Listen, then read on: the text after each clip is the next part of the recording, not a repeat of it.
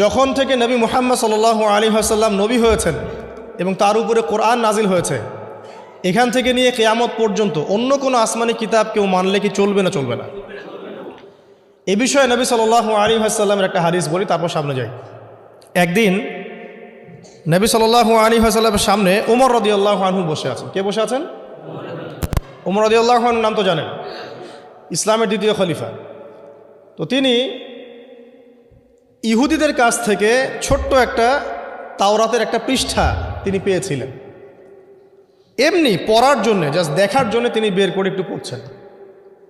তিনি কি তাওরাতের প্রতি ইমানদার, মানে তাওরাতকে কোরআনের উপর অগ্রাধিকার দেওয়ার মানুষ? না, তিনি জাস্ট এমনি কৌতূহলবশত দেখছেন। দেখে নবীজিকে বলছেন যে তাওরাতে কিছু সুন্দর কথা আছে ইয়া রাসূলুল্লাহ।